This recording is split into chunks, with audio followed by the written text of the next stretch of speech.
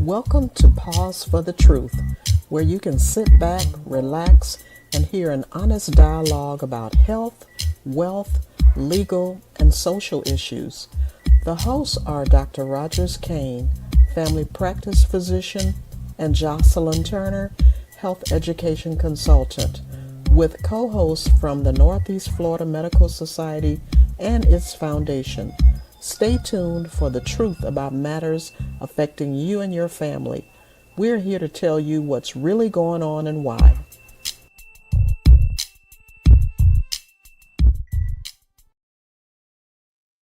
Good evening and welcome to Pause for the Truth. I am your co host, Jocelyn Turner. It's a lovely day here in Northeast Florida. If you're in our area, you're missing out on some wonderful weather. If you, like me, you like getting out walking. Okay, I pretend, Dr. Kane, that I really like getting out walking. I just do it because I know it's what I'm supposed to do. But it has been the best outdoor walking weather lately. It hasn't been too hot. I love this time of year. I think fall is one of my favorite seasons, but I am super excited because we have some wonderful guests joining us tonight. Before we get into that, let me bring in my co-host, Dr. Rogers Kane. How are you doing this evening, Dr. Kane? I am doing exceptionally well. I'm enjoying the weather as well. Here in Jacksonville, with the threat of the storm that was right off the coast and doing what I hope continues to be the usual path of these storms away from us. So I am happy to be here. I'm happy for our guests to be here. As a matter of fact, I'm rather elated, even though I come in second place with a lot of them. I'm still elated. I'm still elated about their presence. I tell you what, Dr. Kane always has to tell our behind the scenes secrets, right? He gives that little hint to our audience. They don't know what he's talking about, right? But trust me, it's nothing, guys. And thank you to our listeners who chime in from week to week. If you haven't done so already, please make sure that you share tonight's episode because it's a very important one. You know, many of us um, take something for granted that some people unfortunately don't have, and that is health insurance. And also they don't have a private physician, and or they lack rather the knowledge about what to do when they're having a medical crisis. And so our guests tonight are going to talk about all of that. You know, when we talk about bridging the health gaps here in Jacksonville or Northeast Florida, we're going to focus on Jacksonville. And by the way, if you're not in Jacksonville, I promise you can learn something from our distinguished panel of guests tonight. And I'm going to first start out by asking them to introduce themselves. And of course, I am going to start with the lady, Dr. Dr. Kelly Tice. How are you doing this evening? And welcome. Thank you. I'm so glad to be here. I've gotten more invitations to come than I've been able to accept. So I'm so glad the stars aligned and I'm able to join tonight's conversation. And I wanted to express my gratitude for what you do here at Pause for the Truth in terms of sharing actionable information with our community. So I'm Kelly Tice, as you mentioned. I am also a family physician. And I am the current president of the Northeast Florida Medical Society, representing the more than 150 Black and other minority physicians who are a part of our organization and who are committed to ensuring equitable outcomes, health outcomes for all residents of the Jacksonville community. Excited to be here. Thank you, Dr. Tice, and welcome. And you mentioned the word equitable. I think about words we cannot say anymore in some settings, equity being one, but that's another conversation, Dr. Kane, right? Also joining us, I like how I get to accost my friends and say, hey, don't you want to come on the podcast? Well, I saw these two gentlemen at the Florida Public Health Association conference. And if you were not there, I almost felt embarrassed, Paul and Dr. Thompson, because as many conversations I've had with Paul, sadly, I learned so much about the work that you're doing while at the FPHA conference. I was so embarrassed. I was like, as many times as I've talked to Paul, and I love his passion for the work that he's doing. But joining us are Dr. Matthew Thompson and Paul. I'm sorry, Paul. I was about to make you Dr. Paul. I'll try to take doctor. It's okay. Dr. Paul. Telescope Health. So if you would, Dr. Thompson, I'm going to start with you. Tell our audience a little bit about yourself. Sure. It's I just want to echo what Dr. Tice said. It's an honor to be here, and probably the biggest gift of my position is building friendships and relationships with people that maybe I wouldn't normally get to and meet. And that's the sad thing. And what's so great about that is that we have the ability to bridge those gaps and build a community that crosses the aisle, crosses the racial divides, crosses neighborhoods, crosses zip codes. And so I'm going to get deep into that today with you. And I look forward to it. And I'm an emergency physician by background. And I grew up in Kansas City. I'm the CEO and co-founder of Telescope Health, which is a company that runs a public health program here in Jacksonville called HealthLink Jacks. So great to be here. Thank you, and welcome. And are you a Kansas City Chiefs fan, or is that the wrong Kansas City? You know what? My mom was just here. She's still in Kansas City, and she is a diehard rabid Chiefs fan. I don't know if that's because she loves Taylor Swift and Travis Kelce is getting married to her, but I am a Jaguars fan through and through. I've been here for over a decade, and so those are my colors, and I'm sticking with it. All right, He now. needs to run for political office. He Good answer.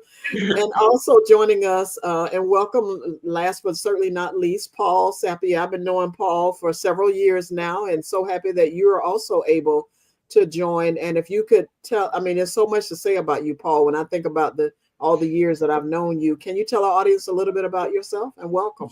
Sure. Thank you very much, Jocelyn, Dr. Kane. This is an absolute pleasure to be here. So I'm Paul Sappi. I'm the Chief Population Health Officer here at Telescope Health. I've been here about a year, but really for the past decade or so, working, looking at barriers, access issues to healthcare, equity issues, all of those challenges that exist within communities, and really trying to give people an opportunity to look at the food that they eat, the health that they have, the access to healthcare.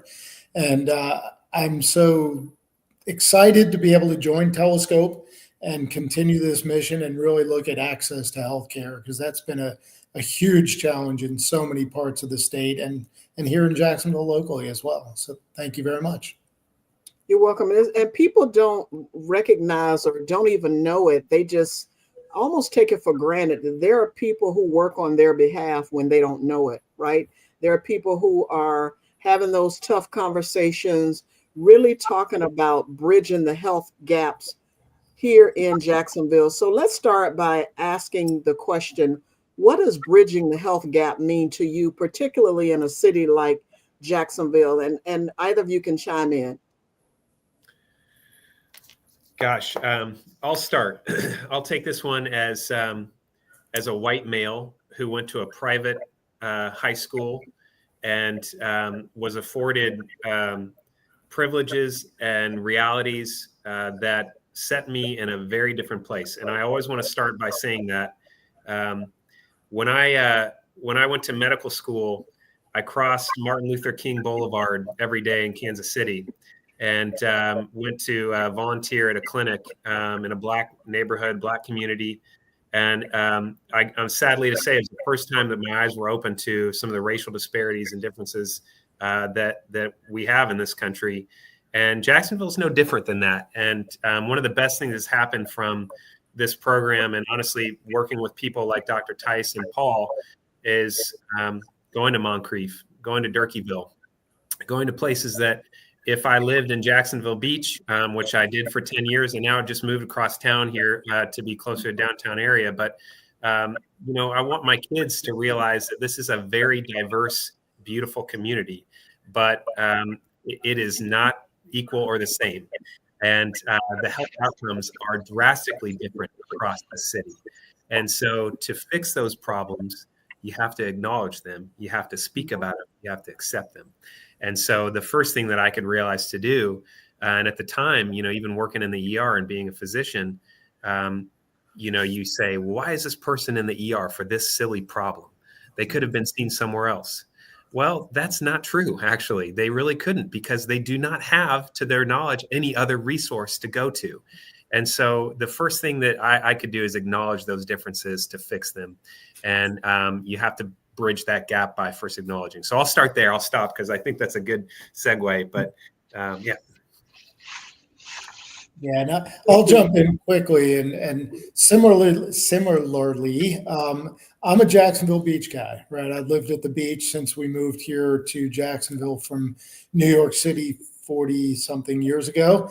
And I didn't realize until I started doing the work that I was doing, with my previous employer, that communities existed, that didn't have the same luxuries or the same things that we had, right? But it doesn't matter, right? That I felt that way. I really had to learn and meet people and understand the challenges that people had, right? Everybody is generally a very good person and wants the same things for their family and for their life. And I really felt a passion and a drive to really start to get to know the communities and get to know all of the communities across Jacksonville and what I could do in my position, to really help solve some of those issues. So really found my passion, and I'm going to stay in this lane for the rest of my career. And it's really, really excited about it. You've been bitten by that bug. I know it, Paul. I never imagined being in this space for so many years, but once you get into it, you really are passionate about it. Go ahead, Dr. Tice. Yeah, so, I am not from Jacksonville, but I have been here most of my career, and I trained. I did my family practice training here at St. Vincent's.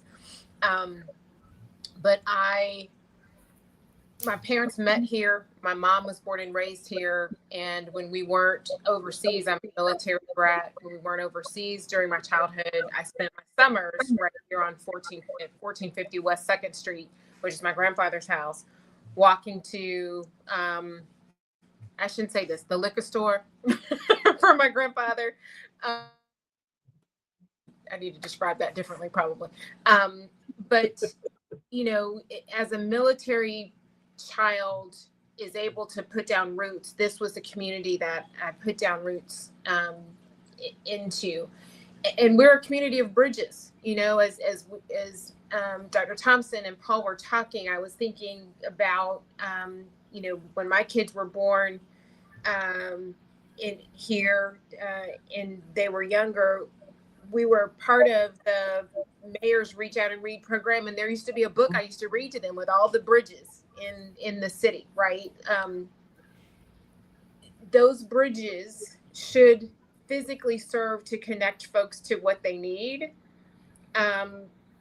just as they should figuratively serve as access points to the things that they need, right? And so, I can't hear the word bridges without thinking about our unique position in this community to connect folks to the right things, assuming, to Dr. Thompson's point, that we've acknowledged that there is a difference, one, and two, that we now can connect the services that are required in order to be healthy, which is not a simple undertaking and is very often sort of glossed over in terms of what it really takes. Like it's not just getting you into care, right? You have to have a host of other things in order to be healthy, and we should serve as bridges to all of those things as well. Yeah, as you all were talking, I was reminded of, as I was ending my career with the Florida Department of Health, we held a block party, and I'm reminded of a neighborhood. I won't name it because people don't like their neighborhoods being labeled. I've been told that, by the way, in a community meeting. But I was saddened because I remember when I started my career 36 years before that, and we were doing some work in that community. And fast forward 36 years later, it seemed to be declining. And I'm like, what happened? Why are so many parts of Jacksonville on the up and up, and there are parts of Jacksonville? And I felt like, what did we not tell people, right? Why are they lacking? And so we ended up doing another one within a mile away because some folks from that area said, can you come down here and do the same thing? And what we essentially did is we looked at what the health data showed us and brought the resources to that community, not just physical health, but employment, as well as other things, because those are the conversations people want to have. And they're not like us. We know someone for every occasion. I know I need a plumber. I'm going to pick up the phone. I know a plumber. If I need a dentist, Dr. Kane, do you know a good dentist? And so often, so to have you all come in the neighborhood so that people can see these are the people. And I loved Dr. Tice, Dr. Thompson, and Paul when I went into stores and people are like, wait a minute, that's the lady who was talking about such and such, right? I love when people have, yeah, I'm a regular person. I need some eggs and bread and, just like that. So why is now the right time for a conversation about access and equity in healthcare? Gosh. Dr. Kane, you're muted. Go ahead. I was going to say, I'll say something real quick on that question. Now is not the right time. It's been the right time for the longest. Okay, but why is it that we're now beginning to, maybe I shouldn't say why is it not, but I'm happy to say that we are beginning to see people like yourselves step forward and try to provide access to healthcare, because that's been lacking for some time. So it ain't just, it needs to be now. It needs to be now more than ever. Yeah, absolutely. I would agree with that. I think so much happens when you just get in front of somebody and get to know them and have a conversation. And when you don't, you leave a vacuum where it can be filled with misinformation, preconceived notions, and falsehoods. And that's exactly what you guys are trying to do and are doing with this podcast, which is what I love. And we've had the pleasure of sitting down with a lot of city council members, for example, with the city. And, at the beginning of the conversation, there's an idea of what we're trying to accomplish or why we're doing something with our program. And at the end of the conversation, it's like, wow, and it goes both ways too. We didn't understand, some of the issues and challenges that they have to understand the needs of the community. And so the more that you communicate, the more that you get to know somebody on a human level, the more you realize the similarities and the nuances and how complex some of these things are. And I'll just give you a story. When I was working an ER shift downtown, ER was full, packed. The waiting room was full. People waiting to be seen. The staff is overworked. They're tired. They don't want to see more patients. They know it's going to be a long night. Well, when an ambulance comes in, they bring in patients that skip the line, that go right ahead into the room, and so it messes up things, the flow. So, you hope that they're sick. If they're not sick, people get upset. Well, an ambulance brought in 3 patients and put them in 3 different rooms. And one of them was an elderly woman who had congestive heart failure. She needed to be there. And then the other 2 were actually not really sick at all. And they had called the ambulance to bring them in. And, it turns out one of them had an issue with missing medication and the other had an issue with an ingrown toenail. And I saw all 3 of those patients, and they used an ambulance to get there. And they were all actually from the same house and the same family. And when I went in and talked to them, the staff had already come out and said, I can't believe this. I can't believe they wasted those resources. I can't believe they came in here. And so I went in and talked to them. And the reality was, I said, well, why did you use an ambulance or call 911? And they said, there was no way that I was going to ever be able to see a doctor. And since my mom was coming in, I figured this was my one and only chance to do it. And, when you sit and talk to people, you realize the challenges that they have. They're eating off of SNAP. They don't have a car. They don't have transportation. They don't trust the healthcare system because they don't believe that there's any way for them to really be seen or advocated for. And they believe they're going to get a bill. There's going to be prejudice against them. They have all of these things that are stacked against them. And so, if we can sit and understand those aspects, we realize people aren't abusing the system. And there are people that do, but in general, there are people who don't have any other option at choice. And so it's costly and there's a better way of doing things. And so that's why we started doing what we're doing. And Paul can tell you about the program, but Yeah, I just want to follow up, and Jocelyn, you talked a little bit about it. Is, I think for the longest time, people would say, okay, this community or these people need food, right? But there's so many things beyond food that people need, and bringing together resources, bringing together education, helping people understand diabetes, heart failure, kidney disease, right? And how the food plays a part in that, but then how the exercise and how the access to healthcare, and just bringing resources to people that are so not used to getting it was a really big turning point in what I saw in the work that I was doing, right? It's great. We talk about food insecurity, but there's so much more beyond that. And there's so many other opportunities to bring resources together. And I think that the intentionality of listening to a person and listening to their situation and understanding it, and then helping to not only solve the issue, but help them understand why that's important and why it's important to get to the doctor and why it's important to do certain things in a language that they understand and that motivates them to make a decision. And that's something that's really been a change in, how I approached this when I first started the work. Dr. Tice, yeah, I think many people in the audience don't know the role that you played in the community. Yeah, I know you spoke to your presence here in Jacksonville, how you came about being here.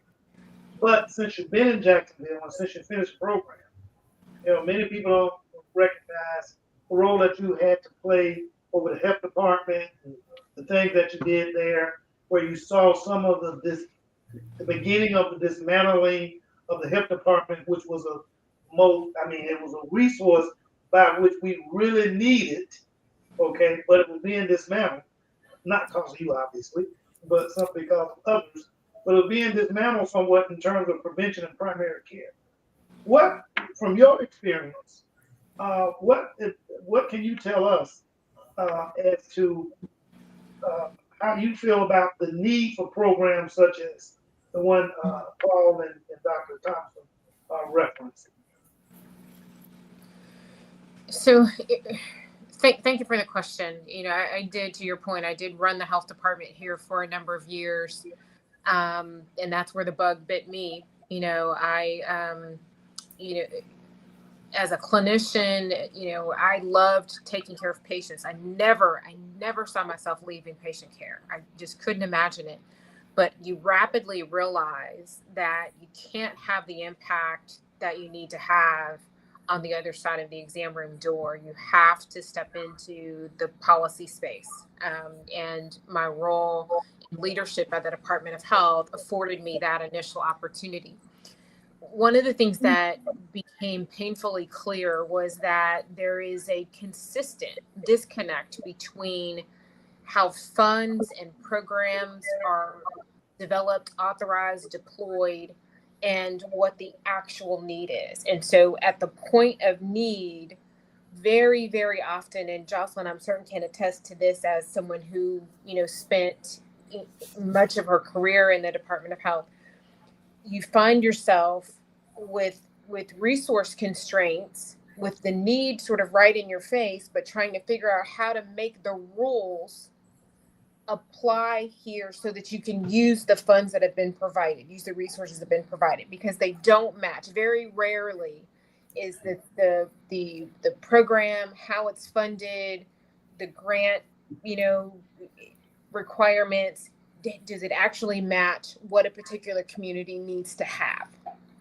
And it is solutions like HealthLink that are being managed through Telescope Health that allow us to finally sort of push back from the table and say, what is it we need? Let's get away from the rules and the person who wrote the grant language and the all of these things that constrain us, and let's figure out what needed. And it's only when we do that where the physician voice, the person who's saying, here's what I'm hearing from patients, here's my experience at the point of care, can actually be applied in the solution. And I think that's what what is most exciting to me about this, right? We've talked around this thing forever. We've talked around it, right? And in fact, we've almost done a disservice to some of the need because we have positioned it like it's philanthropy, right? Like we have made folks feel like the thing that you really got to do is care about the poor people. And so let's have a thing and make them, and everybody line up around the block to get a bag of groceries because we know food's important. And the thing that we get to do in this work finally now is say, why are you hungry? And what should we be doing from a policy perspective, from a collaboration perspective, from your opportunity to earn a living wage, your ability for your kids to attain an appropriate quality education? What are we doing to be sure that you're not still hungry, right? Like the very first time I, as the head of the health department, attended one of our events and saw the line of folks, 3 blocks long for the groceries are being given, it is heartbreaking. And they're back again the next time we're in the community. And then they're back at Thanksgiving and back at Christmas. And, let's fix that, right? And there's some of the same things that constrain our ability to deliver good health care services. And until we can get our faces up out of the rule book, and really ideate, if you've had a conversation with Matt Thompson, he is head in the stars. I don't know why we can't just solve that. I don't know let's figure that out, right? And that's what you need, is somebody who's not looking at what the grant language says or what the federal funding rules are, but really sort of starting from what does the ideal world look like? What should care look like? And then let's figure out how to deliver that. And I think as more innovators like that start to push the envelope, what you'll find is that leaders, like governmental leaders, actually begin to get on board. And just through his relationship building, I've watched Matt, he led with that. Like, he loves finding the friends in the work, right? So it is through that sort of approach that Mayor Deegan has gotten on board. And other community leaders and hospital systems, like everybody is interested and engaged in the work because they respect the relationship and the approach. It's long overdue, but that's what needed to happen. I couldn't have done it from the seat I was sitting in before. Yeah, and thank you. And Dr. Thompson, I wanted to follow up. Thank you, Dr. Tice.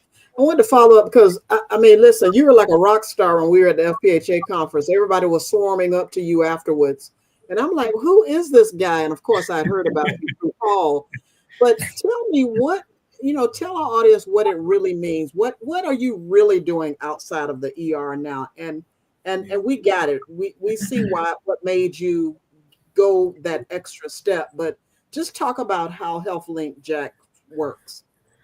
Well, much like you and Dr. Kane, the pandemic changed my career trajectory greatly. I was an ER doctor, and I had started Telescope Health with my co-founder, another ER doc here in town, Dr. Rill, and we were Baptist doctors. And the pandemic, we went to the city, and Mayor Curry at the time, and said, we have a big problem in the ERs. People are flooding the ERs to use them for COVID testing, and we need to start a COVID test site. And we became the first COVID test site, and we're FEMA funded. And if you went to the Prime Osborne test site, that was us. And I spent every day there from 4 a.m. until 8 p.m. for a very long time. And it allowed me to, number one, work with the city, work with the municipality, understand how different that was, how different government is, the thinking, managing a population, something I had no experience in whatsoever. And the second piece was see the diverse community and the different type of people that need and receive care across this community. And that's where I got the bug, much like you guys probably doing this podcast. And Telescope Health grew from there. We were a first telehealth company. We work with Baptist, provided virtual care, but we added care navigation. And at the central part of what we do was saying you can't just give people a visit and prescribe them medication and kick them out. You have to provide the path to a long-term care solution for them. You have to connect them to the next step of their care and ensure that they know what they're doing, because that's the same problem that the ER causes. Get out. I can't tell you how many people I never said get out, but I said, follow up with your primary care doctor. And I knew that they didn't really have a primary care doctor, or that they couldn't even follow up with their primary care doctor. But I was too overburdened, too busy, too burned out to really do anything about it. And that always was something that I just never sat right with me. I love people. I love taking care of people. That is at the core of who I am. I love understanding the different types of people and out there. But I just knew that there was only a limited thing that I could do in the ER. And so this program was really born out of that. And, I'm just grateful that I have such a great team. And Paul is a population health expert. We were able to go and work with the city. And there's a background where the city was actually reaching out to try to say, we know we have problems with access to food, access to our homelessness problems. And we know that we have a problem with access to healthcare, but how do we fix it? And, that's where Paul and I, really got together and said, we need to apply these solutions that Telescope Health has, which is navigating care, working with existing health systems, resources like the Department of Health, Rethreaded, for example, Rethreaded, if you don't know Rethreaded, Kristen Keene is a good friend of mine, but they provide care and resources for human trafficking survivors. That is a whole world that I knew nothing about. And we came in and said, well, let's provide them with access to doctors and care navigators that can help them with the next step. And so we've been working with them for a long time. And we said, let's just package all that up for the entire city, the uninsured population. And in essence, I'll present this piece here, but and I'll just kind of share my screen. But if you live in Duval County and you don't have health insurance, you can call 904-925-CARE anytime, night or day, 24/7. And the goal of that was to say, before you go to the ER, there is another option for you. And when you call that number, you're going to talk to a nursing-led team that's going to be able to get you in front of a doctor immediately. If you want to an emergency doctor, they're going to be able to connect you with the right place to go get blood work, to get labs, to get any number of resources. We work with almost 70 different organizations in the community, whether it's organizations that help with transportation, food insecurity, managing disease, getting plugged in with the primary care doctor, all the safety nets. It is amazing. And that's a big testament to what Paul has accomplished through population health efforts and building relationships. But we never wanted to solve all the problems. We simply wanted to be a better access point than the ER if you didn't need the ER or you didn't need an ambulance, and plug people in with the right resource. And I'll tell you, we've been live since last July, and the number of calls that we're taking is growing, month over month. It's amazing to see the stories and people we've supported and helped, and it's an amazing program. It changes every day. Yeah, and I'm just going to follow up a little bit, because we know that access is an issue, and whether you have insurance or not, right, is there's a problem. If you're not used to going to a doctor because you haven't been seeing a doctor, you're uninsured, you're only going to access the emergency room, or you're not going to take care of your health in the right way. This program really is designed to get people into the free and charitable clinic network, the JacksCare Connect network, the brick and mortar longitudinal care providers for a patient, right? But we also look at the opportunity for somebody that says, I want to get healthy and I don't know what to do next. So call the number, talk to one of our nurse navigators, talk to a physician, ask questions, and then we help to push you in the right direction into, a place that's appropriate, that's close to where you are, that is, you're able to get transportation there, and they'll help to work with your schedule, right? So we just become a 24/7 access point for helping navigate people in their healthcare journey. Yeah, I was going to ask, where do you see the biggest gaps? Is it in primary care, urgent care, specialty access, or care coordination? It's probably care coordination or just plain access to a provider, right? I think it's pretty close between those two. access to a provider is tough, even if you're insured and you've got a primary care doctor. I was sick a couple of weeks ago. I called my doctor, and it was going to be 3 days till I could get in. Right, so I ended up using Telescope and getting some medications for me right there. But it was a great testament to the fact that I could just pick up the phone from the comfort of my house, and talk to a doctor, explain my symptoms, get some medication, and I got taken care of, right? But I have insurance. If I'm not used to calling a doctor, I'm just going to sit there and get worse. And I'm going to go to the CVS or Walgreens or wherever it is, and I'm going to get a ton of over-the-counter medications that aren't going to help, and I'm just going to get worse. And so it's just a matter of giving people access and comfort in their comfortable, trusted environment to be able to access, somebody to hold their hand through it. Yeah, Dr. Tice, how do the social determinants of health play into the barriers that many patients face? Well, as has been outlined, you can't really meet folks' healthcare needs until you've met their basic needs, right? So someone who's living in a situation where, keeping food on the table or the lights on or a roof over their head is an issue. Those are the primary concerns.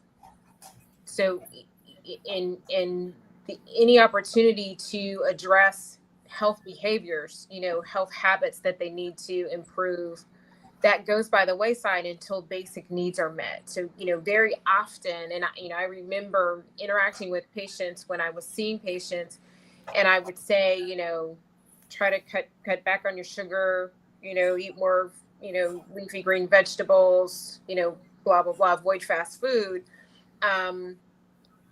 And know that my patients didn't have the ability to comply with any of that stuff, right? If you look at how those things are priced in the store, right, you can get a big thing of soda and chips and that sort of thing for much less than you can purchase leafy greens or that sort of thing.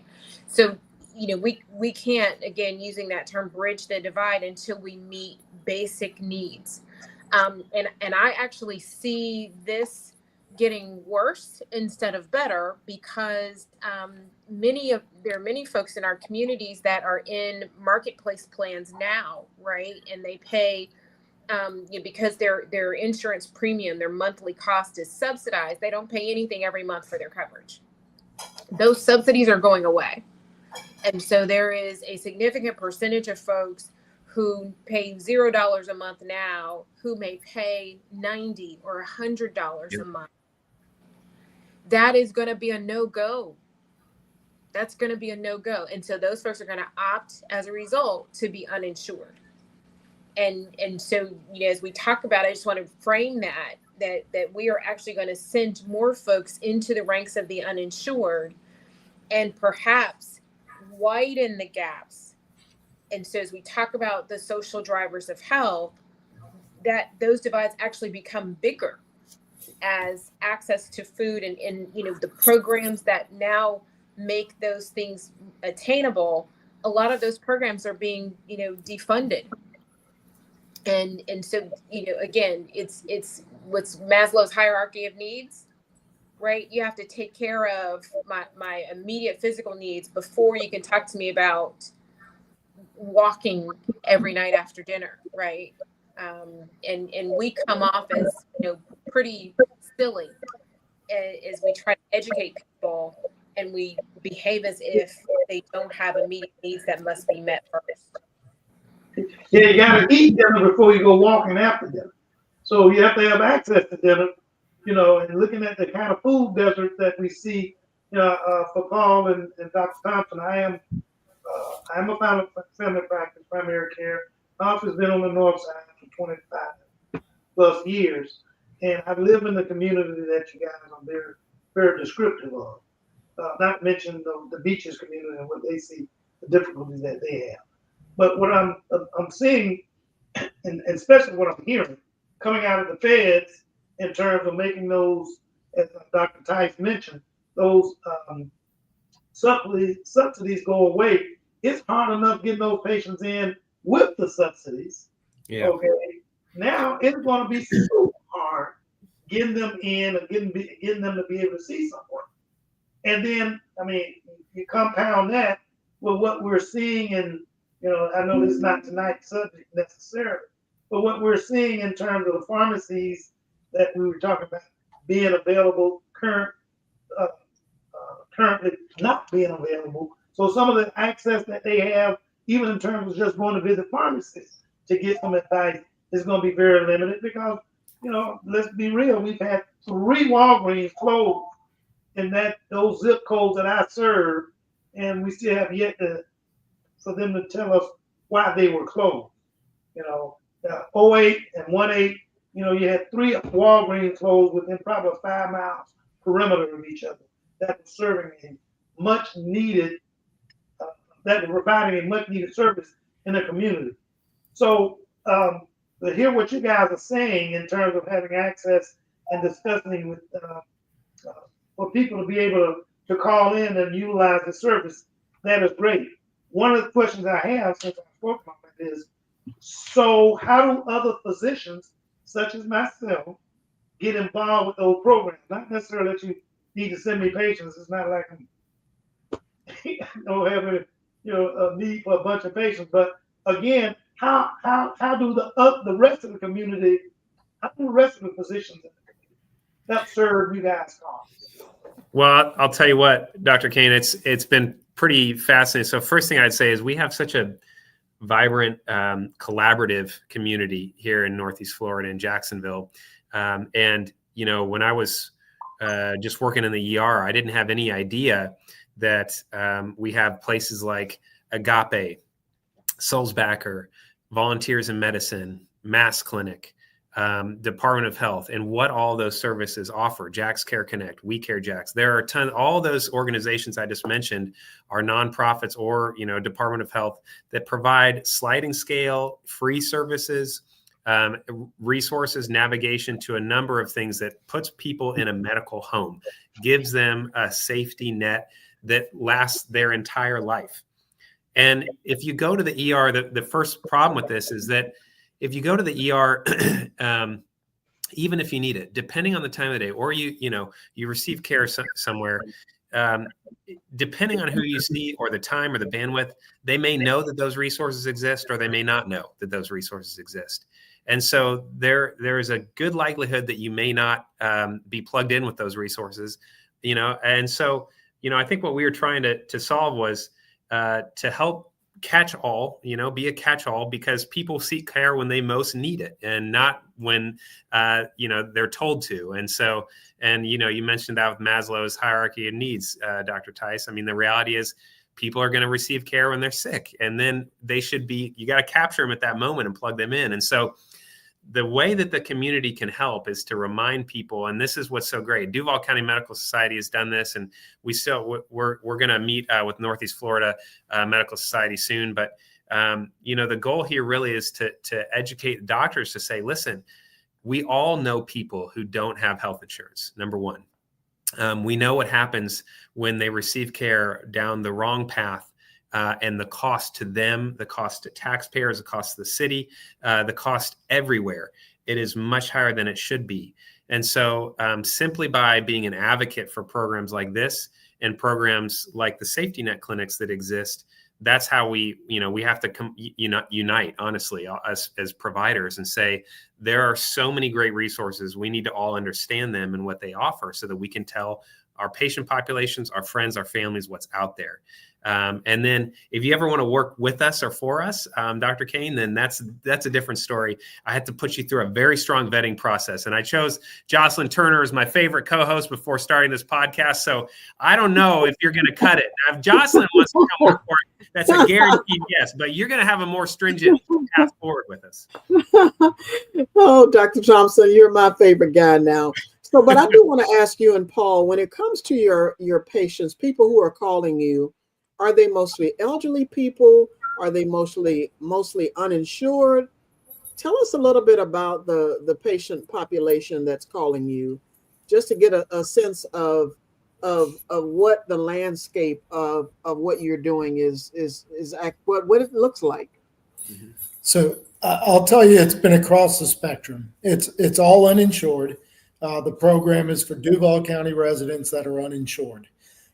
So that's our population. So it tends to be the working age population. So 18 to 55, whatever it is, right? But we get it across the spectrum. There's people that just can't afford health insurance, but there's also small business owners. There's the gig economy, right? There's bartenders and wait staff and service industry people that just don't make enough money to make ends meet, to be able to afford health insurance. They don't work in a 10 or, in a full-time role where they get benefits.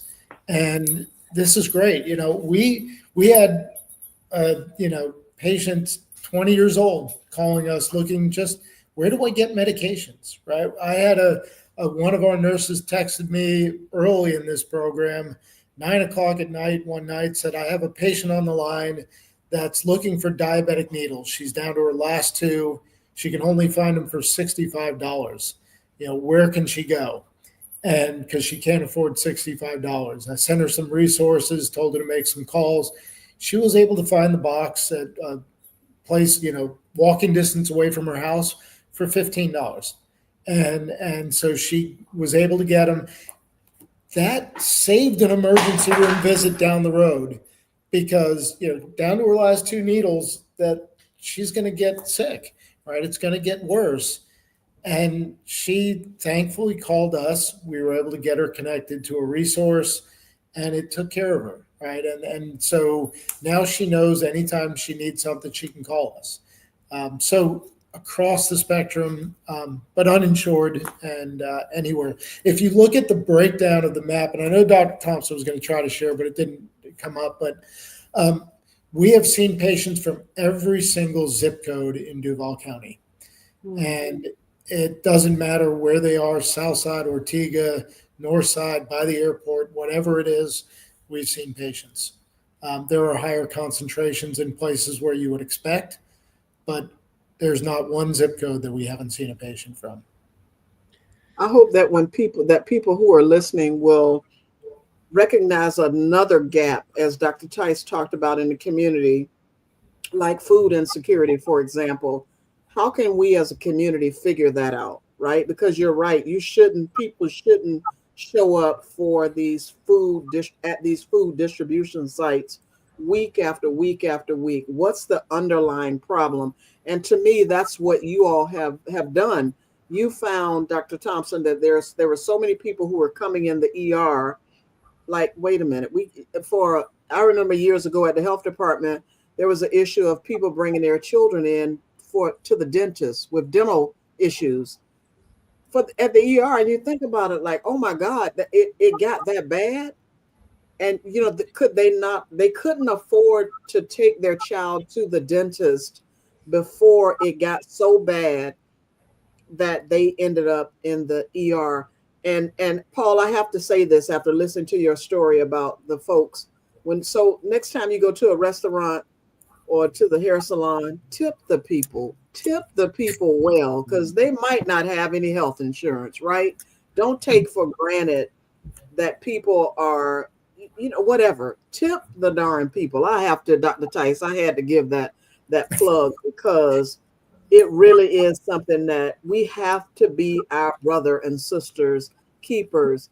If you're just tuning in, as we are almost at the end, not quite there, we're talking about bridging the health gap in Jacksonville. If you have a question of our distinguished panelists who look like they want to show a map, who's going to talk about this? Dr. Thompson or Paul? Yeah, I can kind of give an overview. I mean, this is just a snapshot in time of some of the ER avoidance visits we've had. And, when we started this program, we had a pretty clear directive to address Health Zone 1, which is the area in Jacksonville, Northwest Jacksonville, typically, that has the worst health outcomes, the highest maternal mortality rates, the lowest lifespan and life expectancy, and so the goal was to address that area. And we've been very successful in really driving volume to those visits purposefully. But just like Paul mentioned, everyone across the county uses this program. And just a couple nights ago, I was at a restaurant, and it's just so funny. And we all have a ton of these stories, those of us who work at Telescope. But I had a waiter who was going to pick up my plates, and he's like, "Well, I got to use one hand." And I looked at his other arm, and he had bruising all up and down his arm. And I said, "What happened?" He goes, "Well, I fell off of my moped a week ago." And well, did you get it checked out? He's like, "No, I didn't." And I said, "Do you have insurance?" And he goes, "No, I don't have insurance." And I go, "Well," he goes, "It just would have cost too much money, but I can kind of move it, but I don't think I broke my arm, but I don't have any idea. I can't pick anything up with it." And so of course gave him the program, the number. He called the number. He got seen by a doctor. We found him a way to get a very low cost X-ray. And the reality is, if he would have gone to an ER or even a freestanding ER, which is often confused with an urgent care center, the thought is, well, maybe I'll pay $150 out of pocket. That's often not true. What can happen is that you are charged at the rate of a hospital would charge you, which means you're paying for a physician visit. You're paying for the facilities for the hospital to take care of you. You're paying for a radiologist to read the X-ray. It's a lot more than $150, and that can send somebody into medical debt. They can be sent to collections. It can just cause so much emotional turmoil. They can wait for hours. There's so much easier way to do things, and so being able to solve those gaps and provide that care, that was the goal with this program to begin with. And so it's neat to see those stories actually happen. Yeah, those urgent care rates are much different than the emergent care rates. And so people need to be most certainly aware of it. Yeah. So Dr. Thompson and Paul, how are you working with hospitals, insurers, and community partners to ensure continuity of care? Go ahead, Paul. Oh, so, we've got relationships with most of the hospitals here in town. From sending us actual electronic data feeds of patients that have been discharged from the emergency room or the hospital that without insurance, we're connecting with them and following up those patients, within 24 hours or so. And then reaching into JaxCare Connect and connecting those patients directly to the free and charitable clinic networks, or where they need to go in that situation. So it's really, I learned a long time ago, we can't solve this ourselves, right? I can have a great idea. I can be like Dr. Thompson, and this is going to be great. We're going to solve everything, right? But if I don't have partners and I don't have trust, we're not going to do something, right? So the hospitals are trusted, the safety net clinics, the other community organizations are trusted in this process, right? So it's really connecting with all of them and working in conjunction with them to get patients to the care that they need. And Dr. Kane, I want to back up real quick. So you asked what you could do to help, and this is part of it, is being a part of this show, right? But it's continuing to tell this story in the communities that you're in, right? And with the people, the city council members, the mayor, the business owners in the communities need to understand what is happening with this program or with other programs that are already working in the community, because without a trusted voice telling that story and lifting up the resource, it's going to go in one ear, out the other. And, I may go into certain communities and tell a story and they're not going to listen to me. And so it's just a matter of getting the people that they trust, and people like you, right, that have been working in this community for a long time, that can help us tell this story and the message. I would like to have one quick question before the night is over, sure, because I know we get short time. So if you have one policy change that you could request our city leaders to try to implement, I want each one of you guys to take a shot at it and tell me what that policy change may be. Your suggestion. Well, that's a tough question, isn't that? They can be different. Y'all can have different answers. Yeah, I mean, mine would be a continuate to push what we're already doing. I mean, I've spent the last 3 months building relationships with city council members on all sides of the political spectrum, and I will say they all have issues they care deeply about caring for parts of the community. Some are very focused on veterans care, and I'll say, well, gosh, we see a lot of veterans who should have benefits at the VA. They have called many times, and guess what? They can't get in touch with anybody. And so I've got other people that are more focused on, the pediatric age. Same with, kids. Well, many people assume that kids have access to healthcare very easily. That also is not the case, and largely dependent on parents. And we all see this too. Wolfson's, the children's hospital here in town, sees a lot of kids that are uninsured. They should be on Medicaid. They're not. And so I think the nice unifying thing, and what I want to push for with policy, and what I continue to do so, is that whether you're focused on saving the city money and being fiscally responsible, or providing access to care and lifting everybody up together, these don't have to be mutually exclusive. We can do the right thing together, and it accomplishes both. And by providing access to care and understanding, and so the policy that I have been pushing for, including being at City Hall for 14 hours during the budget meeting, getting up and talking to all 19 members of those city council members, is that we need UF Health. We need Baptist Health. We need Agape Clinic. We need the Department of Health. We need HealthLink Jax. We need all of these resources because we have a very different, vibrant community. No one person can do all of it. So I guess it would be listen and support the overall health of the community. Don't rely on a single partner to fix it. And that's what we keep pushing for. Kelly? Yeah, so I agree with that. We often build the things and force folks in need to sort of happen upon the right door to walk through in order to access the services.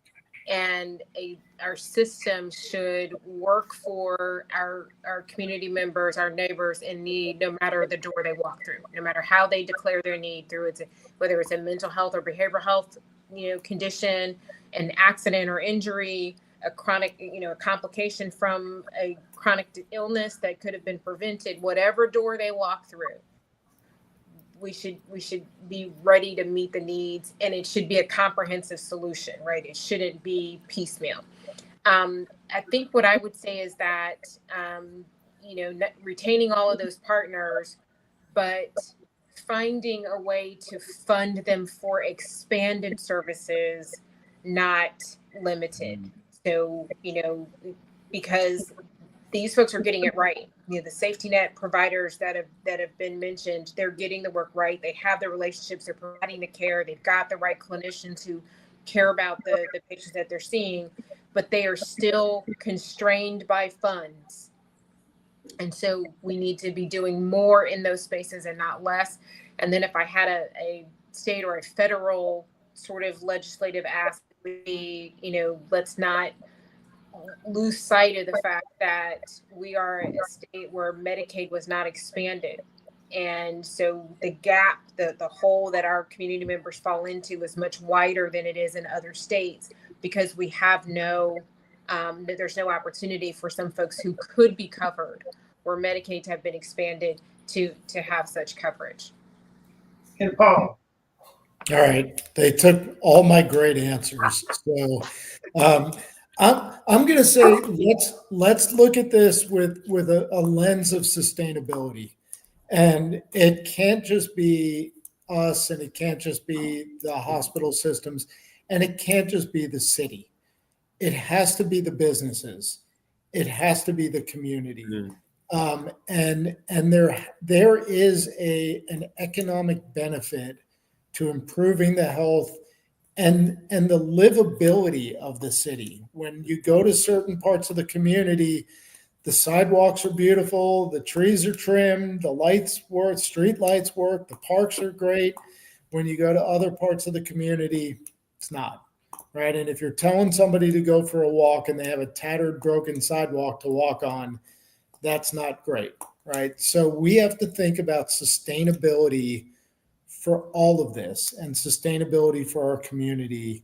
And it's not just the federal government, it's not just the local government, it's the business community. Well, I tell you what I thought about, just Dr. Kane didn't ask me, but I'm going to give my 2 cents, is we set aside money for everything else. I think that our elected officials should just say 1% or whatever of all money should be allocated to healthcare, to fill in the gap for people who just don't have the resources to do it. But I see the information on here, but I want to ask Paul and Dr. Thompson before we end, what's next for Telescope Health? New programs, partnerships, or expansions we should watch out for? Yeah, within Jacksonville, we've got some really exciting partnership that we're growing with Jacksonville Fire and Rescue, so JFRD. We're working more closely with JSO. We are working with 988 hotline. We have behavioral health support that we're adding, and working more closely with all the health systems. So it's neat to see that program grow. And then across the state, we're launching similar programs and in various stages with other counties and cities to do so. So, and I think it's because the program it works and it's simple and it gives a community something to rally around. So, yeah, very exciting. Yeah, and I think it's allowing Jacksonville to set the precedence for everybody else.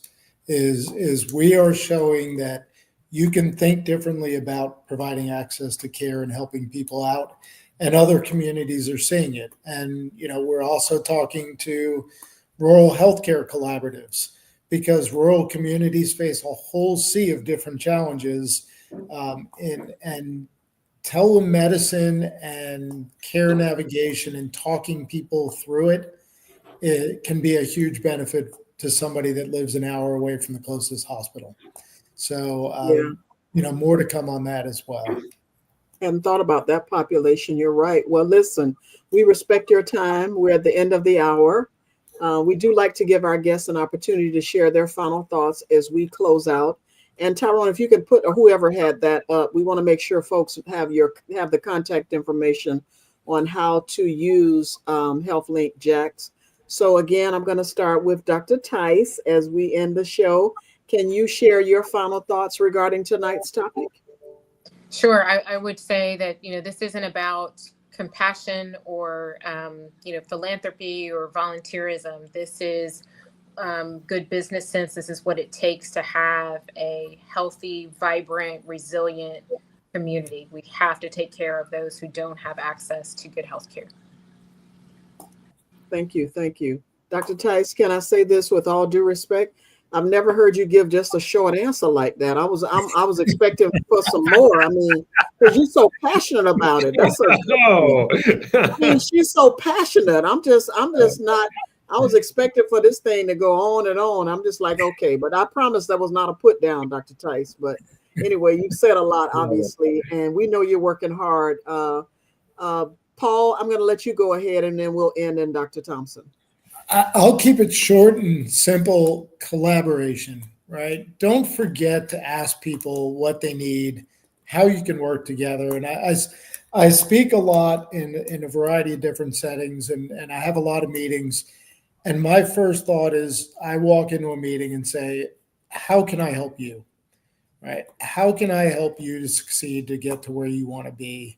And I think if we all started to think about how we could work together to help people accomplish their goals, we'll be better all together. So that's what I'm going to keep it at. Thank you, Paul. And Dr. Thompson? Well, I guess mine's very similar. I think if we seek to understand each other, we can build trust a lot easier. And when we approach each other with that desire to understand each other and ask questions, we realize how similar we truly are. And I will say, you two have a new friend here, and I'm going to figure out where you live and make you feed me and come to your house. But Yeah, I think it's about building relationships, and collaboration and trust is a huge part of that. So we're just happy to have a seat at the table and be a part of this community. And so, yeah, thank you for hosting us. Dr. Thompson, I have to share this quick story before I let Dr. Kane take the mic. That as I am now Medicare age, when we talk about navigating health, it changes throughout the stage of your life. And so next week, we're going to be talking about Medicare. So for those of us who have to access that, and I say that because we have to let people know that the stages of your health changes at the various stages of your life. You know, you think about pediatric, you think about responsible sexual behavior for teenagers and young adults. You think about, you know, the different stages of life. Young men, because I've worked in men's health over the years, young men, once they stop playing sports, they don't go to the doctor again until they get to be middle-aged men and start experiencing some chronic health conditions. So we have to make sure that people recognize that whatever stage of life you're in, there is a space or a place for you relative to your health and your health care. So I just had to say that. Go ahead, and Dr. Kane. You're muted, Dr. Kane. Some people might like that, but I actually like hearing you talk, Dr. Kane. Well, maybe not. The ramblings of old people. Anyway, since you're turning Medicare, I'm gonna say this real quick. This makes good business sense. So it's not about philanthropy, as you said, Dr. Tice. It is about good business sense. The business community needs to get on board and help improve this particular program. Join us in trying to expand care for all, including their employees. Because some of, like you say, some may have insurance, some may not, you know, depending on what business they're working with. But you want that employee to be healthy to come to work the next day and do a good job at work. So, you know, you just need to get on board and help us with this community effort. Last thing is, Dr. Tice, I know this is not a virtual background that you're at, because it has my favorite college team up there, the Rattlers. And so, once again, go Rattlers. Perfect way to close. Yeah, go Gators. Anyway, I digress. So thank you again, Dr. Tice, Dr. Thompson, and Paul, and of course, my co-host, Dr. Kane. Tonight's conversation reminded us that bridging health gaps in Jacksonville takes all of us, healthcare providers, community leaders, policymakers, and residents working together with urgency and purpose. A heartfelt thank you to our guest, Dr. Kelly Tice, as she mentioned, president of the Northeast Florida Medical Society, and all the other gazillion things she's a part of, along with Dr. Thompson and Paul from Telescope Health, for sharing your expertise and your vision for healthier communities, because that's what it's all about. If you're listening, remember that access to quality health care doesn't just happen. It's built step by step through prevention, innovation, and trust. Each of us has a role to play in making our neighbors, our families, and our city thrive. You can watch this episode, rewatch this episode, and explore resources at pauseforthetruth.com. And don't forget to follow us on Facebook, YouTube, Twitter, and Twitch for upcoming conversations that matter. On behalf of our team here at Pause for the Truth, thank you for joining us. Let's keep moving forward together toward a healthier Jacksonville. Until next time, I'm Jocelyn Turner, and this has been Pause for the Truth. Good evening. We appreciate you spending time with us on Pause for the Truth. Ms. Jocelyn Turner and Dr. Rogers Kane are grateful for your support. Don't forget to like us on Facebook, catch us live on Twitch, and most importantly, subscribe on YouTube. A big shout out to Tyrone Jackson at Call Tyrone IT Services for keeping us connected. Join us every Tuesday at 6:30 p.m. Eastern Standard Time for more enlightening discussions. Thanks, and see you next week.